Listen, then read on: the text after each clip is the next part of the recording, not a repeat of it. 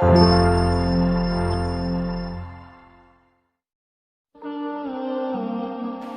tidak peduli siapapun Anda. Anda pernah bermaksiat, Anda pernah berbuat salah. Kita manusia yang tidak luput dari dosa. Tapi saya ingin berikan tawaran dari Al-Quranul Karim. Quran surah keempat An-Nisa ayat 100, posisi paling kiri sebelah bawah.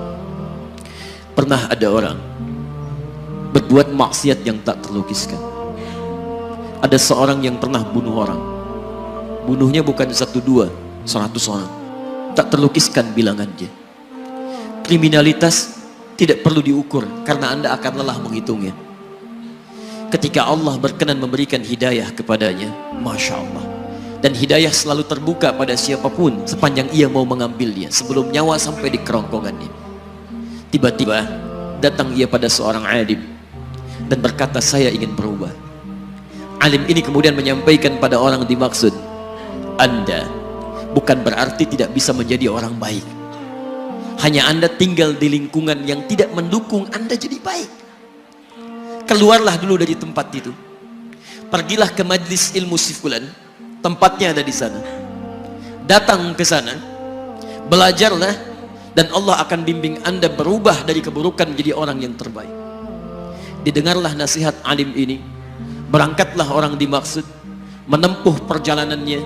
Tiba-tiba Masya Allah, belum sampai ke tujuan, di pertengahan jalan, konon disebutkan lebih sejengkal, tiba-tiba maut datang menjemputnya. Thumma yudrikul maut. Apa yang terjadi? Langkahnya dihitung sebagai ibadah. Dalam terapnya dia beristighfar, tobat kepada Allah subhanahu wa ta'ala. Taubatnya menghadirkan cinta Allah subhanahu wa ta'ala. Quran surah kedua ayat 222 di ujung ayatnya, Innallaha yuhibbut tawwabin. Allah mencintai orang-orang taubat, dan cinta Allah menghadirkan ampunan bagi seluruh dosanya. Quran surah ketiga Ali Imran ayat 31, paling kiri sebelah atas. Qul in kuntum tuhibbunallaha fattabi'uni yuhibbukumullah. Allah cintai orang yang mau taat pada Rasulnya. Lihat, ketika Allah mencintai seorang hamba, wa yaghfir lakum dzunubakum, Allah ampuni seluruh dosa-dosanya. Derap langkahnya menghadirkan istighfar, taubatnya menghadirkan cinta Allah menghadirkan seluruh ampunan bagi dosa-dosa yang ia miliki. Maka apa yang terjadi? Di tengah perjalanan maut menjemputnya, thumma yudrikhul maut faqad waqa'a ajruhu 'ala Allah. Dan pahala diberikan kepada orang tadi. Di jalan, maaf, maut datang, taubat diterima, dosa diampuni, dan amalan didapati dengan derap langkahnya. Maka apa yang terjadi? Thumma yudrikhul maut faqad waqa'a ajruhu 'ala Allah. Pahalanya dituliskan oleh Allah, dakhalal jannah, kata Nabi, masuk surga orang ini.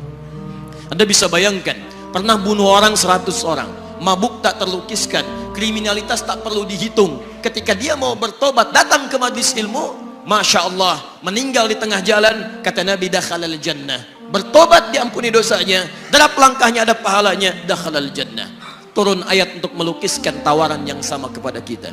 Wa may yuhajir fi sabilillahi yajid fil ardi muraghaman katsira was'a. Siapapun yang mau berubah kembali pada ketentuan jalan Allah, kalau dia masih punya batas-batas kehidupan, kami akan berikan kelapangan di sisa hidupnya dan kelimpahan-limpahan kenikmatan selama dia hidup. Wa may yakhruj min baitihi muhajiran ila Allahi wa rasulih. Namun bila ada di antara mereka baru ingin berhijrah, ingin berubah jadi lebih baik dalam pandangan Allah dan Rasulnya, tiba-tiba thumma yudrikul maut, baru keluar dari tempat dia tinggal, belum sampai ke tempat dia belajar, datang maut menjemputnya. Faqad waqa'a ajruhu 'ala Allah. Kami terima semua amalnya, kami ampuni dosa-dosanya, dan kami tuliskan namanya di dalam surga. Bila 100 orang saja yang pernah dibunuh oleh orang ini, pernah bunuh 100 orang, mabuk tak terlukiskan, kriminalitas tak terhitung, mau berangkat ke majlis ilmu, tak sampai ke majlisnya, meninggal dia, bisa masuk surga. Masa Anda yang tidak pernah bunuh orang? Ada yang pernah bunuh orang di sini? Boleh angkat tangan? Ada polisi di sini, langsung saya sampaikan insyaallah. Anda gak pernah bunuh orang, Anda tidak pernah mabuk, Anda tidak pernah berbuat kriminalitas seperti orang dulu. Salah, wajar, tapi pintu tobat terbuka untuk kita semua. Masya Allah, Bedanya dengan orang tadi belum sampai ke majelis ilmu. Anda sudah hadir di dalamnya, langsung di rumah Allah, diberikan tempat yang terbaik dan kita akan belajar. Kalau dengan semua ini belum mempermudah Anda ke surga, dengan cara apa lagi Allah mesti mengantarkan Anda ke surga? Kalau dengan duduknya Anda di sini belum mau juga bertobat, dengan cara apa lagi Allah harus membimbing Anda bertobat? Kalau dengan seperti ini belum juga Anda taat kepada Rasul, dengan cara apa lagi Allah mesti meyakinkan Anda untuk taat kepada Rasulullah SAW?